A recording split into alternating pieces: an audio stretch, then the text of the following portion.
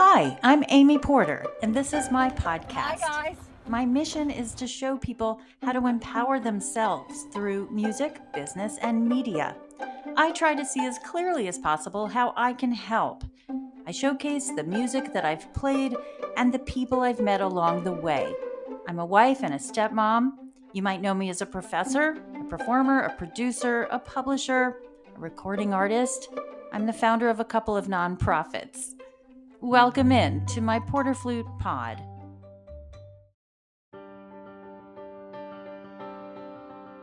Welcome to PorterFlute Pod. It's Season 8, Episode 9. And with me in the podcast today, flutist Philippe Barnes. He's one of the leading experts of traditional Celtic music on a boom system flute. He's a multi-instrumentalist, a versatile musician specializing in Irish and Celtic music. And he's an Altus Flutes artist and Azumi Ambassador, and he has first-class honors MA in Irish traditional music performance from Limerick University.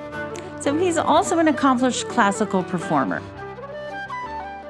We're going to check out his Irish music on the Silver Flute book. We're going to check out his Clearwater sessions, and he's got a lot of advice for me to practice how to sound like a better Celtic flutist. Welcome to PorterFlute Pod. I'm so glad you're here. Philippe Barnes, welcome to PorterFlute Pod. Thanks for having me. Very excited to be here. I am here with Alan J. Tomasetti, who's behind the scenes helping me produce this podcast because I am in new territory exploring the Irish flute. You have a book and you have traditional Irish music, but then you have this fusion. So that's what I was kind of wanting to touch on today, the nuance, the pulse, the cultural identity of the Irish flute. And you're an altus player, how the modern silver flute can authentically serve your Irish music tradition. I started with silver flute and then eventually got into playing Irish music and really couldn't find a good wooden flute at the time. This was, 30 years ago maybe.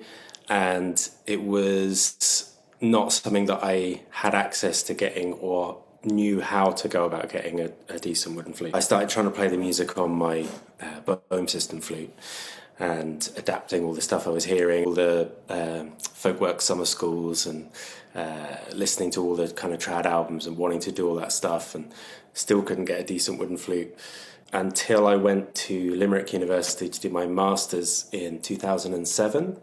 And I was studying boom system flute with Niall Keegan, and he was just really keen for me to get a wooden flute and get more, happy with that. So that's when I got my first wooden flute, which was a Seth Gallagher, I think. Eventually ended up with this one from Aaron Olwell, who is in Virginia most of the time. His father, Patrick Olwell, and his brother Matt as well is now apprenticing making flutes with them.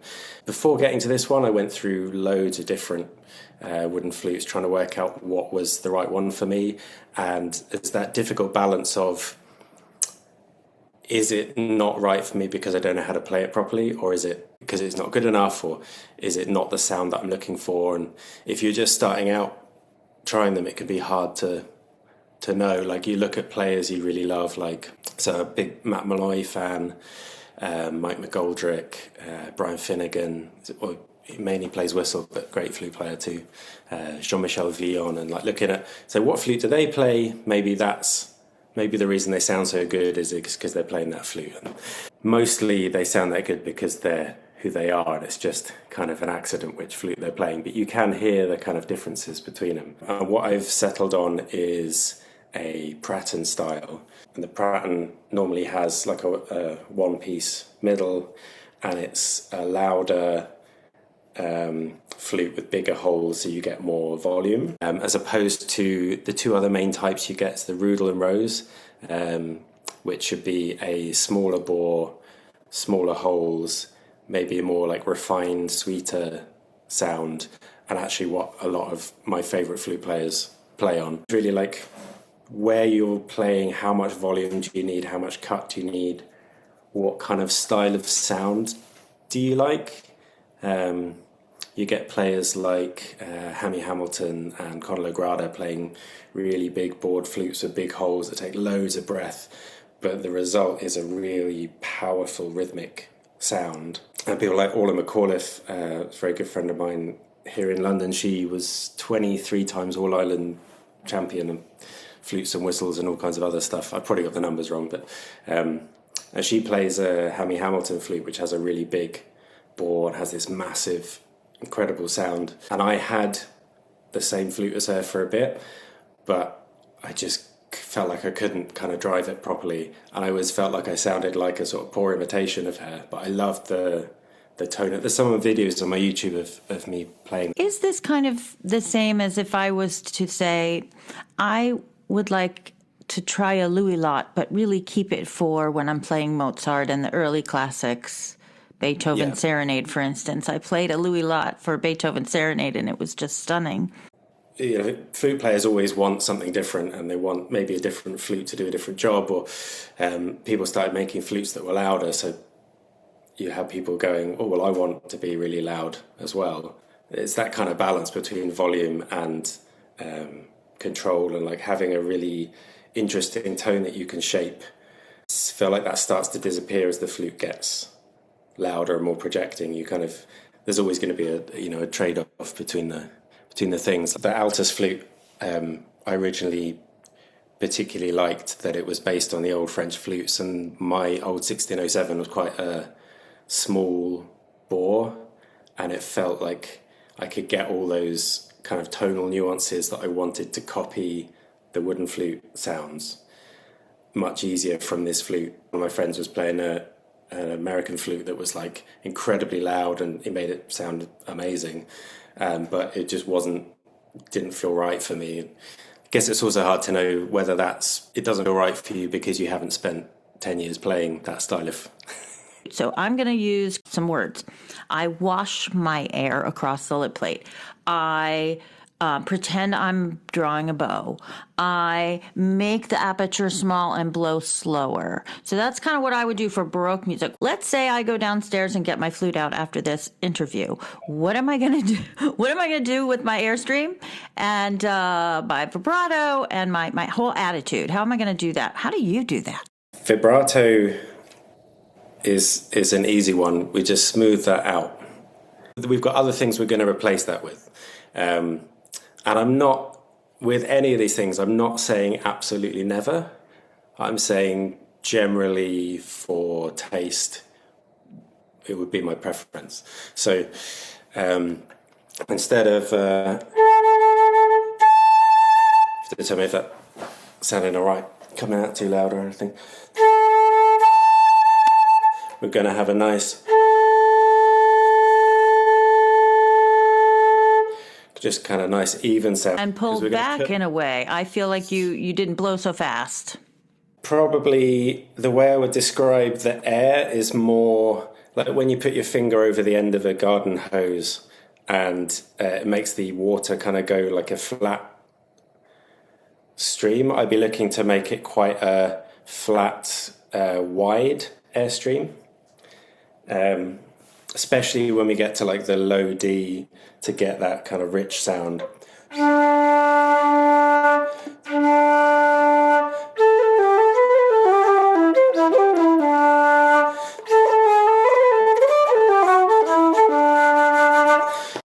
Flat bottom lip. Yeah, with the French smile, like to.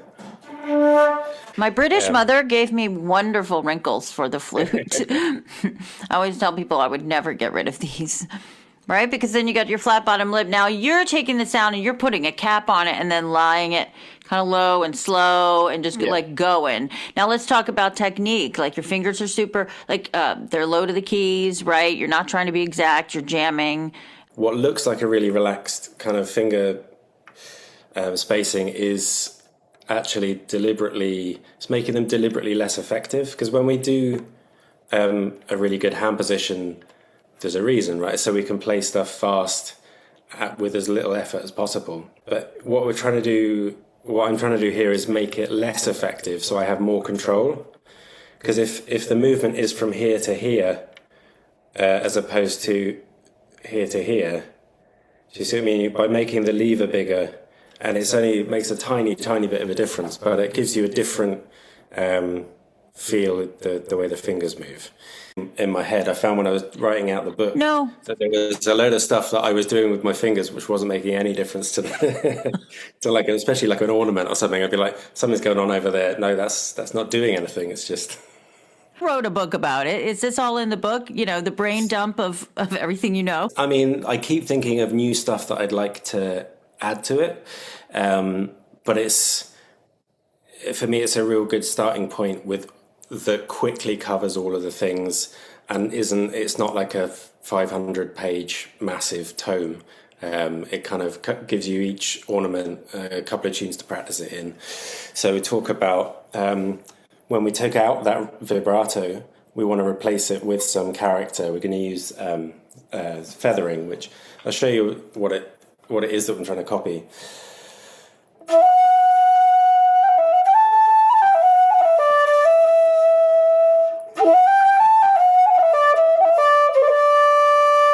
Get that lovely flat sound, but then just that finger vibrato to slightly alter the timbre without altering the pitch. And I mean, as a rule of thumb, like 2 notes away from the note you're playing is a good note to be doing the feathering, because you want it to be something that will affect the timbre, but it won't affect the pitch. And there's less notes that you can do it on successfully on the Silver Flute, but there's some really nice ones like that F sharp.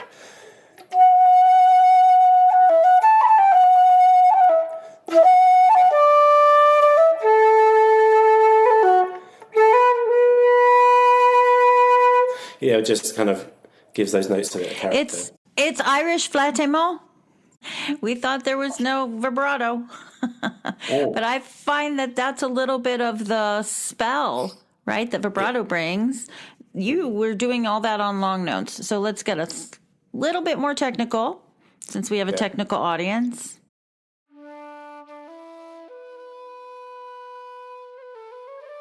What are there some rules we need to follow with the little ornaments? There's a couple of reasons why you'd want to learn the style. One is that you want to do it a little bit more convincingly for like a theatre show or something, you know, a piece that you want to play. And the other is that you're starting down the road of wanting to learn Irish music properly, or, you know, any of the similar Celtic musics. And you want to start like learning tunes by ear, building a repertoire of tunes. You want to go to sessions. You want to then, even though you've worked out how to do it on the Silver Flute, you eventually buy yourself a wooden flute, and then a wooden flute in C and one in B flat and one in E flat, and then you buy a big bag of whistles, and then end up with a big bag of whistles in every key. I love that. This is only a few. So how do we know what to do when, as far as these beautiful ornamentations that you're doing with your keys? Let me give you the quick kind of... Quick and dirty. Let's do it. So we've got the feathering to add a bit of character when we're playing a long note. We might want to slide in or out of a note. And I sort of generally not a big fan of them, but there's always a place for them. It's slightly easier with open holes, but a lot of this stuff, pretty much everything you can do closed hole. I think it's only maybe the sliding.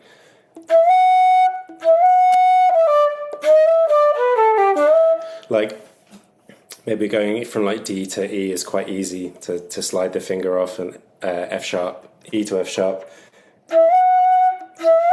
And I'm using the wrong F sharp. Next thing is to add a cut, because we want to build up to doing a roll and a cran. So the idea is, instead of tonguing all the notes, as well as taking away the vibrato, taking away the tongue most of the time. So instead of articulating, starting the music with the stream with the tongue, we're going to just start from nothing.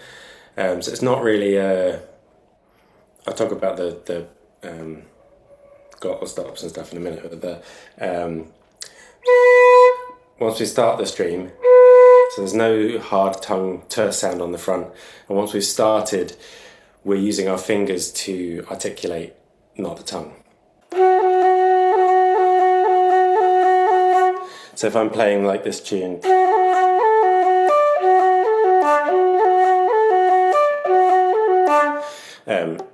I'm just using the fingers like, and it's a combination of cuts and taps, it's called. So the tap is where you're just literally tapping. And I'm playing an F sharp and I'm tapping on the F natural, but you can't hear that it's an F natural.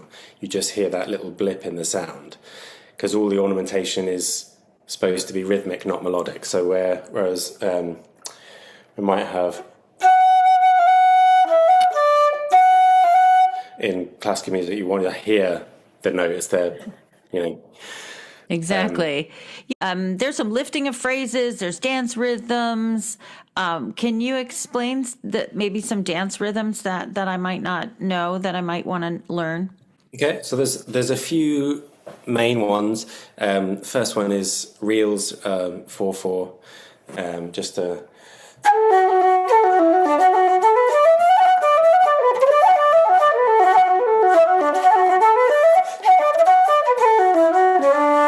Okay, and reels are 8 bars or 16 bars?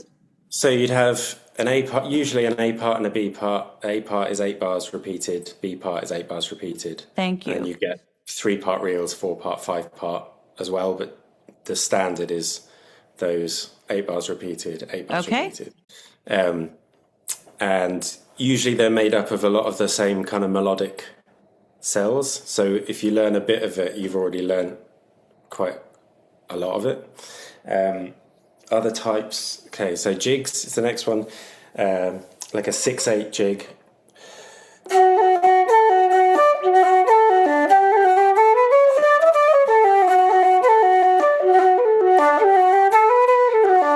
So 1, 2, 3, 4, 5, 6, 1, 2, 3, 4, 5, 6. And the way that 6 is divided, the kind of the rhythm of it varies depending on what kind of tradition it's from. So like you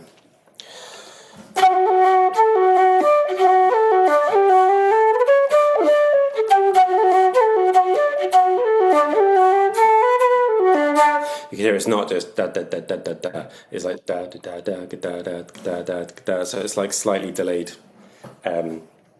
second beat. Slip jigs 9/8. So where we had the jig 1, 2, 3, 4, 5, 6. This is a 1, 2, 3, 4, 5, 6, 7, 8, 9. 1, 2, 3, 2. So that's my favourite slip jig at the moment.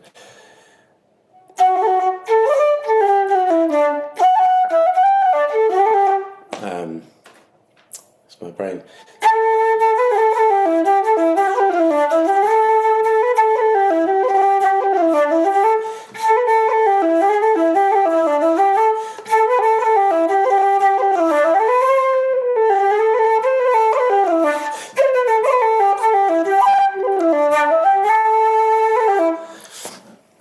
It's Elizabeth Kelly's. So wow, that's fabulous. Just to hear you go riff, it's just amazing.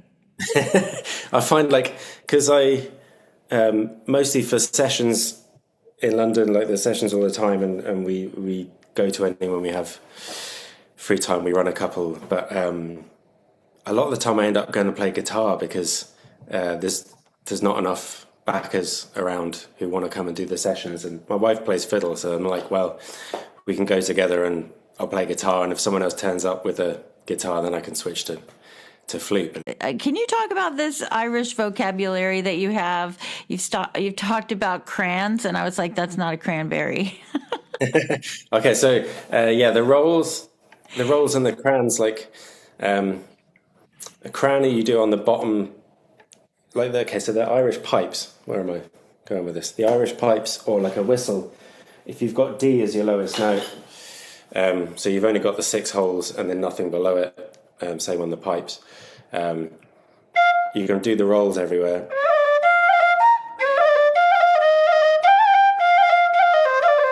But then when you get to the bottom note, you can't do a roll, because a roll is a tap below and a cut above. So it's a bit like a mordant. Okay. But if we make those two notes, the higher note and the lower note, into just a rhythmic kind of break in the note, then you get the roll.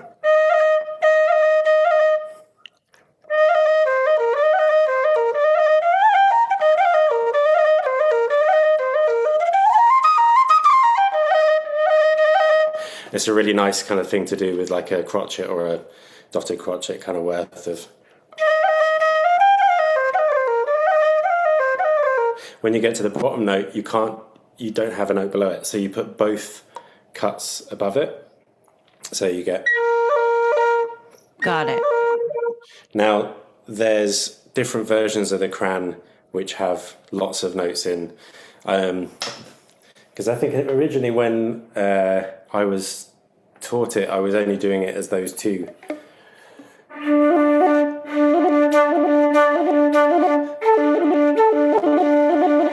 But then later I found that usually you start with, like pipers will do 1, 2, 3 in there as well. So you get those 3 little movements all happening.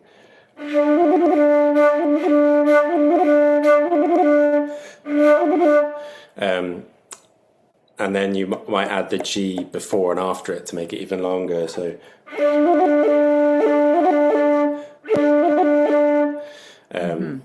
Yeah, so the cran is for that low one, but you can also do a cran then on other notes. Like a lot of the ornaments come from a particular idiosyncrasy of the instrument, but then they get transferred into places where it still sounds good, but it's not there because of a necessity, if that makes sense. Like you can cran on the A instead of a roll. But you don't need to cran there. You could do a roll. Using the trill keys, we can do that to some other notes. So like on a B, you can flick those trill keys and you get. If we add an A below.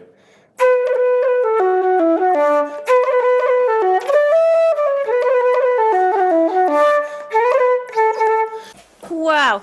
Cuts, taps, strikes, rolls, crans, slides. So I love the freedom, these what we call trademark elements of Irish playing. It's indescribably beautiful, and it's even more daunting if you don't know what you're doing. So you're really making this more friendly for me. And now, as the nerd, I have to go on to talk about the tone variation, the breath pulses. You have these authentic, breath thing. Like, talk about the breath. I'm really into the breath. We breathe in service to the music. You seem to have breath like in the music. I said before about not starting the note with the tongue. When we're keeping it going in the phrase, we're using the fingers to do the articulation, but the breath does have a pulse in it.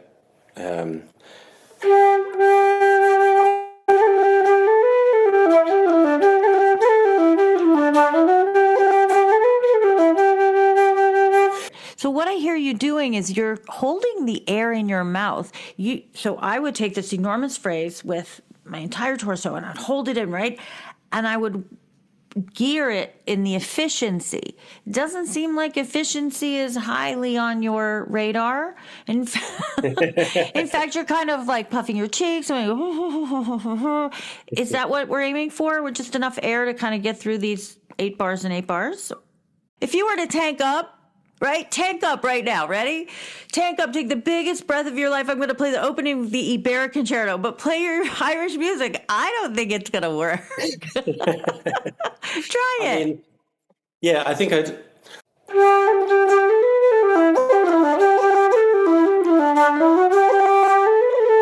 Yeah, there's too much air in this. It's too much air. What am I going to do with it all? Exactly. We don't want to know. So you puff your cheeks and you go. I love that. That answers so much. It's so fun. Hey, did you write about all this in your book? There's nothing about breath, but that's probably the next one. But this one's all about the ornamentation, and there's some tunes to learn.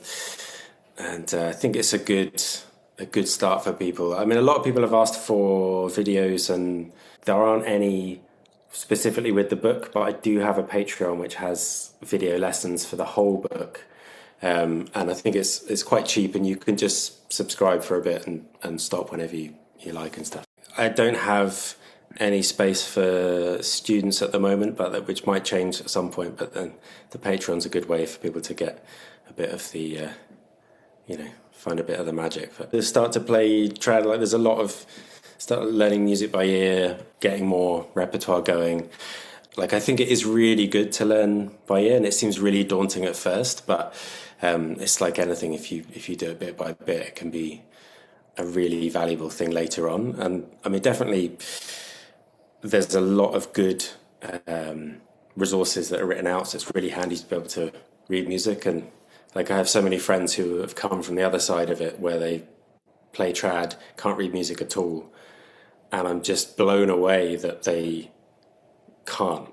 And I'm like, but you play so amazingly and with incredible variations, and they're like, well, I just never really needed to. And a lot of them just read, just the note names written out. There's a sort of shorthand way for writing trad tunes like that. But I came from, I would say, it's like whatever one you start doing first kind of starts to override the other one unless you're really careful to balance them. Like I started reading music before I started trying to learn by ear, and I've always struggled more with the ear learning than the reading. Like no problem at all with reading stuff, but my wife is a great trad fiddle player, and she doesn't really read music. She can, but prefers not to.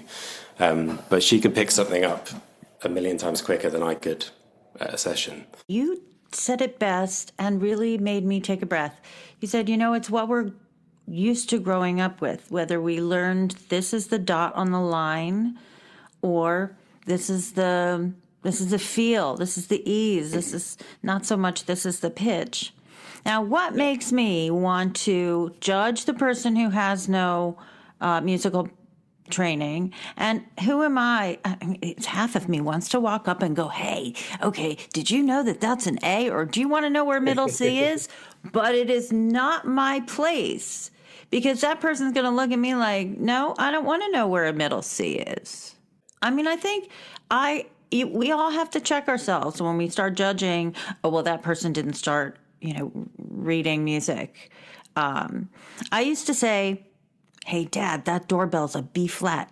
And just as a joke, because he knew I was right, he'd say, I bet it's a B natural. And then we'd go test it on a piano, and I was right. And that's how we realized I was developing this pitch. Yeah. So in music theory, I was the opposite of you, and they held down a chord. They'd say, Porter, what chord is that? I'd say, I don't know, but it's A flat, F, D, and I would just name all the pitches. So I feel like let's take an honest moment, everybody, and just check ourselves when we start judging those who have not learned the traditional classical way and those who have not learned, who have only learned by ear. And, we do crawl up in a chair and, as classical musicians, and get all nervous and scared of not being perfect. So I highly suggest, if you're not into the jazz route, you're not into the improv route, you're not into anything, I think Irish music is starting to become a nice go-to for the person who can needs to let go a little bit in classical music. Do you agree? Yeah. Yeah, I think it's a lovely community as well. You can there's sessions all over the world, everywhere you go. Like we were just in Barcelona in the summer and found a really nice session, some great tunes there. I think the main thing with any of it is listening to the stuff that you want to sound like, and then trying to emulate that yourself. And that's how I worked out how to do all the ornamentation stuff. And some stuff, it's much easier if you can see it written in the book and you can go, oh yeah, that's or someone can show you how to do a roll. You're like, okay, that makes sense. But the best way to know where to put them is to listen to lots of, get signposted to great musicians that you should be listening to, but also find the stuff that really speaks to you. And because I can suggest people to listen to, but sometimes that'll be a bit like far down the road of what you might enjoy coming into it. Might go to a Celtic festival in the States and see a band with bagpipes and drums that's kind of might be considered on the more cheesy side of trad, but that might be a good route in, and then eventually you'll end up listening to old archive recordings of Miko Russell and stuff. I see. So you generally start taking the journey. Well, you took the fusion route. And you took this traditional Irish style and put modern piano accompaniment to it. So talk about how you've written music, and learning to write music. Has that helped you, be a composer? I think, there's a lot of stuff that's led to that recent album I did with Tom Phelan, the piano player. This guy. There it is. Yes, I love it. I listened to it this morning. I have to. It's better on the blue vinyl, honestly. Wow. But I'd always wanted to make up I was always kind of making up my own tunes in my head and stuff. And then when I started having lessons, I really liked the bits. They always try and, make you write your own little tunes for things, and that I always enjoyed that. It's taken a long time for me to have a sense of the harmonic side of it, because although I'd learned guitar and piano a bit when I was younger, I hadn't really understood how the harmony was working until I did a lot more guitar playing later and backing trad tunes and having to work out what was the best chords to go behind things. And this album is very much a collaborative composition for all of it. So where I used to work with Tom before, I'd bring a tune and he'd just do all of the stuff. Sometimes I'd be like, I'm not sure I like that there, but I don't know why or what I want that's different. But from playing so much guitar, now I can give him the tune with the chords that I think it should be, and then he'll change them to what he thinks it should be. But it's close to what I'm imagining. And I think it's very much like the piano parts are they're infinitely better than any piano part I would write, which would be very basic, but it feels like it's a conversation between the two of us rather than a piano accompanying the flute. Yeah.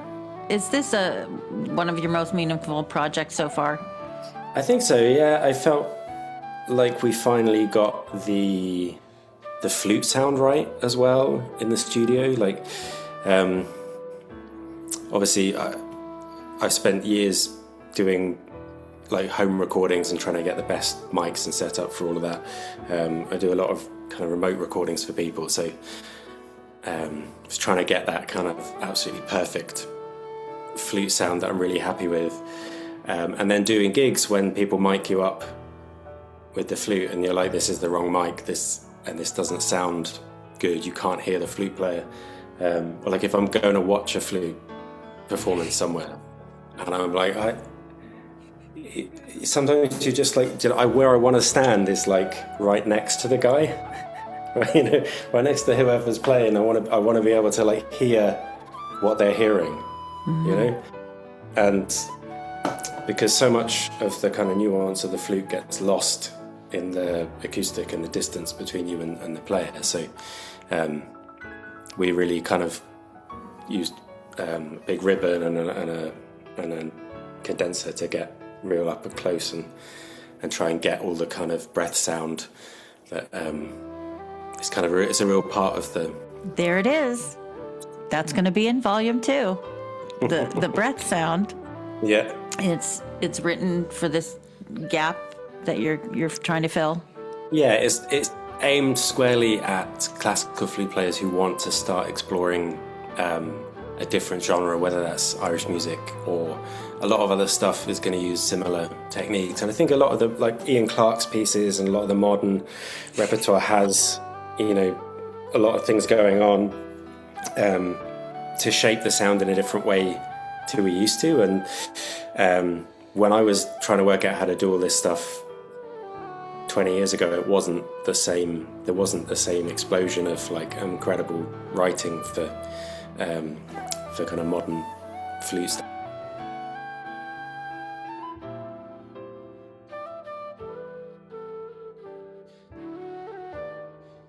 So you've accomplished so much in such a short amount of time in your young life. What are you looking forward to doing next besides Volume 2? Are there upcoming tours or albums in your future?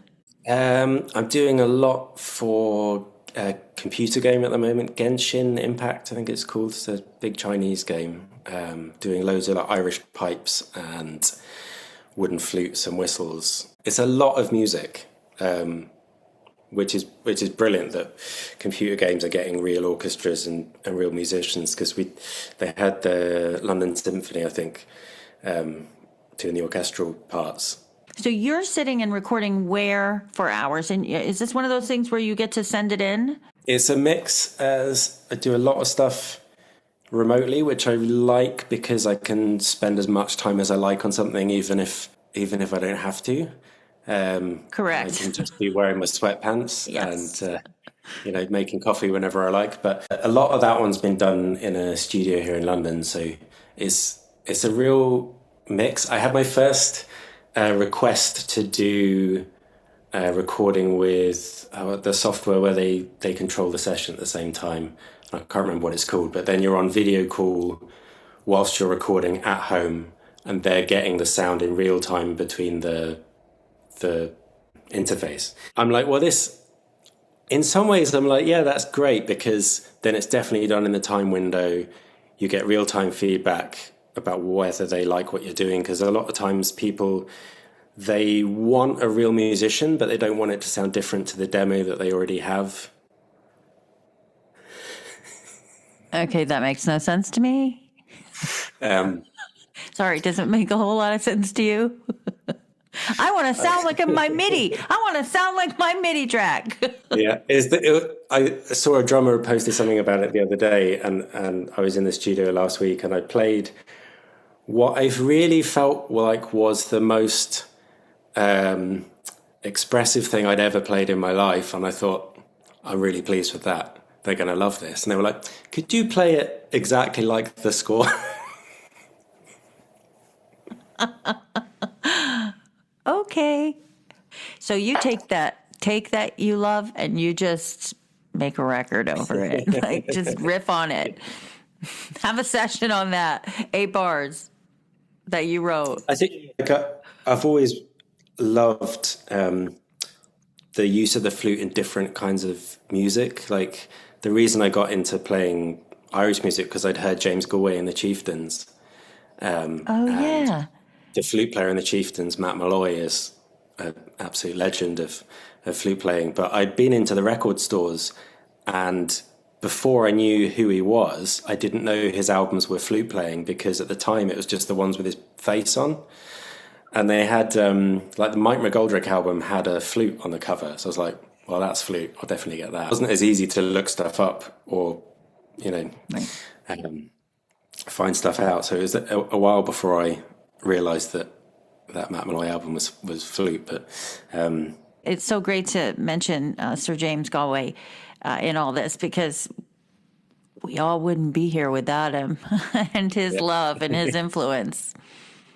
Yeah. Yeah, and I had some really great experiences in a masterclass with Jeannie Galway as well when I was a teenager, doing my classical penance. And Your classical trad. I really don't use that word, so I'm going to start using it. So we saw you in Atlanta. We probably passed in the hallway. I stayed only 2 days. I lasted only 2 days. But so you taught a class at NFA. Are you going to go on tour again? We hope to see you again. You going to come back? I'm not sure. I probably won't go to NFA next year, maybe the year after. Okay. I've just got a really busy summer. I have a trio called the Wilderness Yet, which is a kind of traditional folky trio. What's the singer, instrument Singer, flute, and So it's fiddle. fiddle. Okay. But we also, I'd say I mostly play guitar with them and a little bit of flute. And then I reluctantly am part of it when we do 3-part harmony songs. And our last album is all 3-part harmony, which I never thought would be something I was doing. But that's a really fun band. We can't wait. We can't wait to hear that. We have some rapid fire questions to wrap up the podcast. What's your favorite tune type to teach? I think my favorite tune type to play is usually like jigs, or I'd say slow airs, because I think the slow airs are really, especially if you can teach someone a slow air by ear, then they'll remember it forever. If I read something on a bit of paper, I can read it straight away, but then it's gone. You know, it's not gone into the part of my brain that's going to remember it. If I learn a tune by ear, maybe it'll take half an hour, but then that's there forever. And I think like there's so many really beautiful slow airs which are just used. They're really good, especially if you go to going home for Christmas and someone goes, "Oh, I'll play something on the flute," and you're like, "Oh, do I have to?" I've been playing all day, all year. But if you got a little slow air, you can. So I'm going to go downstairs into the practice parlor and play a slow air with all my wonderful things that I've learned in my fingers and my airspeed and my all those wonderful things I've just learned. One tune that every flutist should learn first, would you say still that's a slow air? Easy jig. Those breeches full of stitches, that's a good classic polka to get started with. Breeches full of stitches, got it. A tune that you enjoy and you want to learn and you want to keep it in your repertoire. There's no point wasting time learning tunes you don't like. Yes. Now, what's a common mistake that flute players make when approaching the Irish flute from the boom system flute? I'd say the vibrato thing is usually a big one. We started with that, didn't we? Yeah. There's a tendency for classical flute players to want to play everything up an octave if they can. And in trad, it's like, it's better if you're going to change octave, an octave down is cooler. It's about grounding it, and it's being about part of the whole sound, that it's a kind of community effort. It's more like being, say, like a session, it's more like being in a choir than being the soloist with an orchestra. So like you're not going to the session to perform. You're going to the session to be part of that sound. Alan put in my chat here, check out the session.org for traditional tunes to learn. Yeah, they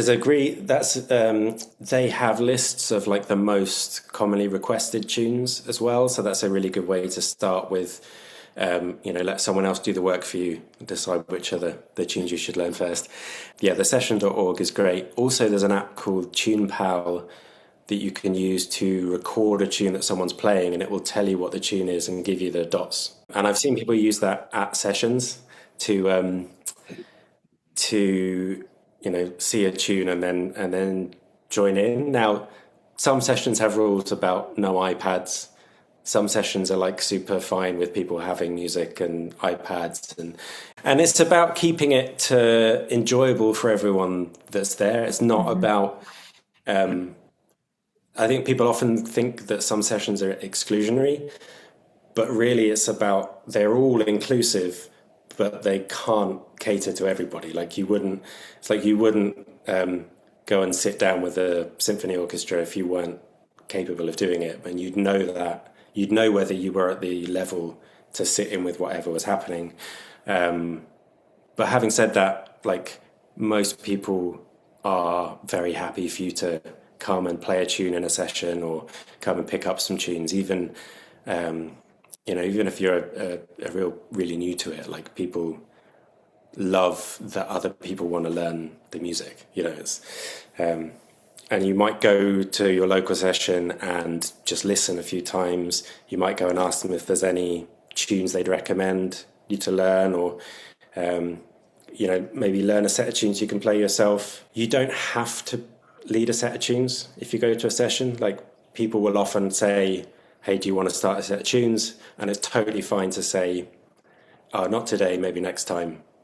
But people are asking you because they want you to know that it's okay for you to do it, not that you have to, if that makes sense. Like, this can be quite scary sometimes going to a session with a lot of people you don't know, but most people are absolutely lovely and really happy that you're there, and happy that other people want to play the music. It's a real sharing situation. Assuming they all have traditional instruments, were you ever thrown some shade because you brought in a boom system flute to a session? Oh, yeah. I mean, the thing is, it's affectionately referred to as the typewriter. Oh, my goodness. The typewriter. Which is funny. I mean, like... Now I've heard it all. It's like the whole point of this is to make every note... that every note can sound the same. Whereas with the Irish flute, like, you can see that all the holes are different sizes. And some of the things I like to do is putting those things... The things that are wrong with this, I mean, they're right with it, are things that we can... Like the fact that the C natural is a little bit weak and reedy on here, we can emulate that on the Silver Flute. And that the low D is like the loudest note, and you can get a really good strong sound out of that. Well, you play that hard low D because it sounds like where the pipes do it, they get an extra crack off the reed for the kind of the low note. But we can emulate those things. And the keys, it makes it technically fully chromatic, but it's super awkward to play in certain keys. And I've seen people do it incredibly. Even the guy that made this flute, Aaron Olwell, it's a lovely, beautiful cocos wood with the sap, yes, showing through, and absolute work of art. But like he will play any tune in any key using all the keys on this and make it look easy. Play it left-handed, right-handed, riding a bicycle, whatever. So there's a surprising advantage to the Silver Flute in Irish music. Mm-hmm. So what's great for me is that I worked out all the ornaments that I could copy, and then found out that there's extra stuff you can do because of some of the stuff that's added to the flute. So I don't have a C-sharp trill key because I want as little as possible stuff attached to the flute, and that's probably mostly superstition. But I always felt like I wanted as little as possible things to be affecting the sound, like kind of clamping down on the harmonics. But I also really liked, because Gareth McLennan kept telling me I should get one, and it's totally unnecessary. Speaking of Gareth, I'm a Haynes artist. We let him know that we were speaking to you today.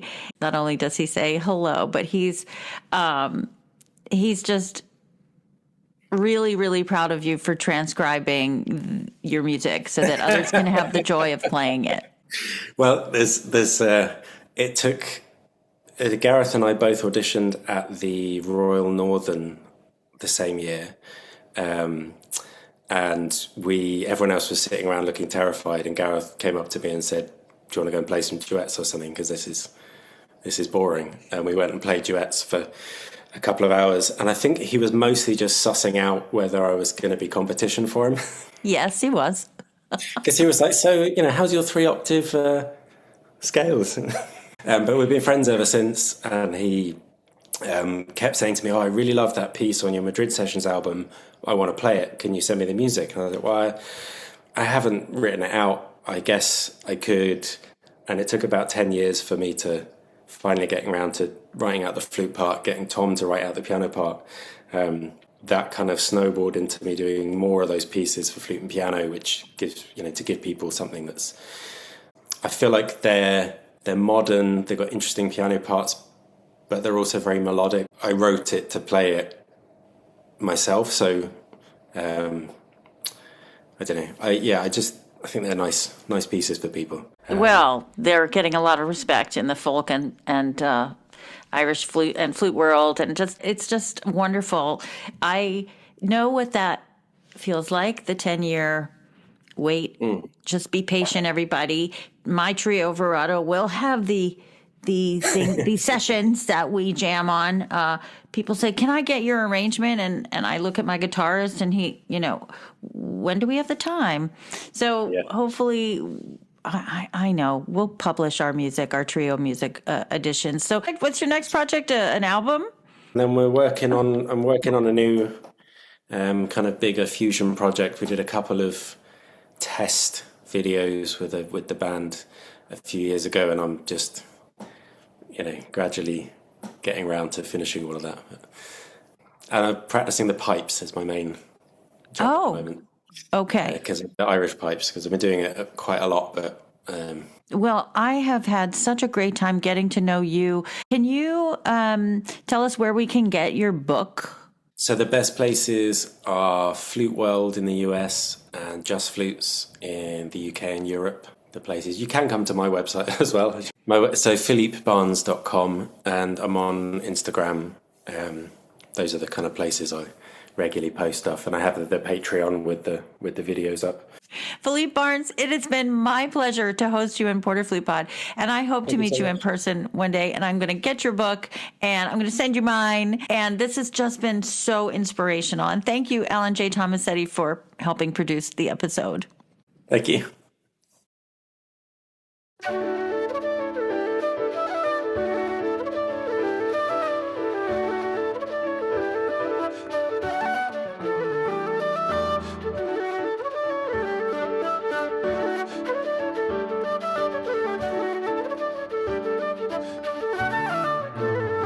Don't forget to check out aosworkshop.com.